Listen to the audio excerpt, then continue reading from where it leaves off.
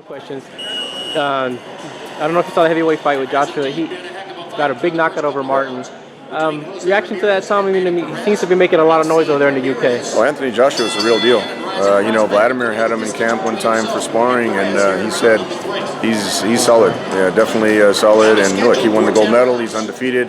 And when you can beat a guy like Charles Martin in 2 rounds, it shows domination. So I think Anthony Joshua is definitely at a point. Eddie's done a great job of promoting him in the UK. Sells out arenas just like Gennady sells out arenas here in the U.S. Anthony Joshua has become a hero now in the UK, and having another English heavyweight champion, following the footsteps of what Lennox Lewis did, is I think he's going to have a long run at heavyweight.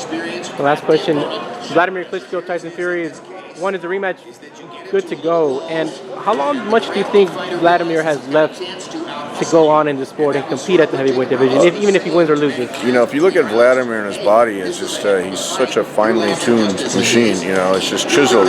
Such a perfectly proportioned body, and how fit he stays. He's always active paddleboarding, or always staying active, even in between fights. So I think Wladimir has a lot left. He just turned 40, and I think he wants to prove that he's still the best heavyweight in the world. I mean, he was such a dominant heavyweight when he had the runs, the second longest run in the history of heavyweight division. And so he wants to prove that he can get his titles back. And Tyson Fury wants to prove that it wasn't a fluke and that he's the best heavyweight in the world today. So that'll be a great rematch. A lot of expectations for that fight, and that's a lot of anticipation watching the rematch of those 2 big guys.